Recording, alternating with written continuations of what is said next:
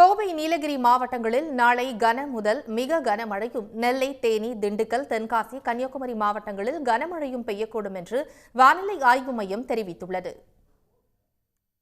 தமிழ்நாட்டில் கடந்த சில நாட்களாக மழை பெய்து வருகிறது. சிவகங்கை மாவட்டத்தில் காலையில் வெயில் சுட்டரித்த நிலையில் மாலையில் பலத்த காற்றுடன் கனமழை பெய்தது. திருப்பத்தூர் பேருந்து நிலையம் உட்பட நகரின் பல்வேறு இடங்களில் பெய்த கனமழையால் வெப்பத்தின் தாக்கம் குறைந்து குளுமையான சூழல் நிலவியது.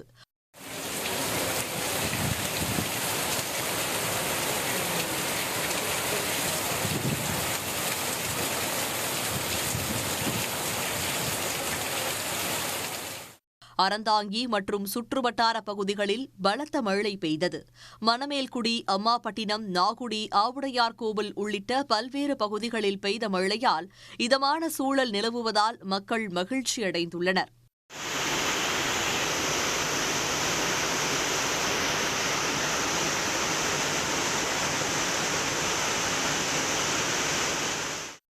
ராமநாதபுரம், பரமக்குடி சுற்றுவட்டாரங்களில் மிதமான மழை பெய்தது.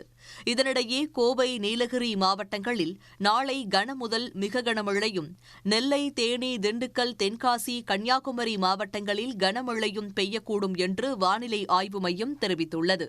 நீலகிரி மற்றும் கோவை மாவட்ட மலைப்பகுதிகளில் ஓரிரு இடங்களில் கன முதல் மிக கனமழைக்கும், ஏனைய மேற்கு தொடர்ச்சி மலையை ஒட்டி உள்ள மாவட்டங்களில் ஓரிரு இடங்களில் கனமழைக்கு வாய்ப்புள்ளது. 13ஆம் தேதி அன்று நீலகிரி மற்றும் கோவை மாவட்ட மலைப்பகுதிகள் மற்றும் திருநெல்வேலி மாவட்ட மலைப்பகுதிகளில் ஓரிரு இடங்களில் கன முதல் மிக கனமழைக்கும், ஏனைய மேற்கு தொடர்ச்சி மலையை ஒட்டியுள்ள மாவட்டங்களில் ஓரிரு இடங்களில் கனமழைக்கும் வாய்ப்புள்ளது. வரும் 14ஆம் தேதி நீலகிரி மாவட்டத்தில் அதி கனமழை பெய்யும் என்று அறிவிக்கப்பட்டு 14, 15 ஆகிய தேதிகளில் ரெட் அலர்ட் கொடுக்கப்பட்டுள்ளது. இதுபோல வரும் 15, 16, 17 ஆகிய தேதிகளிலும் மேற்கு தொடர்ச்சி மலையை ஒட்டிய மாவட்டங்களில் கன முதல் மிக கனமழை பெய்யக்கூடும் என்று வானிலை ஆய்வு மையம் எச்சரித்துள்ளது.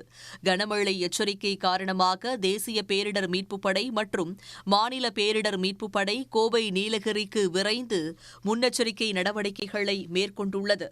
உடனுக்குடன் செய்திகளை தெரிந்து கொள்ள சன் நியூஸ் பெல் ஐகானை கிளிக் பண்ணுங்க.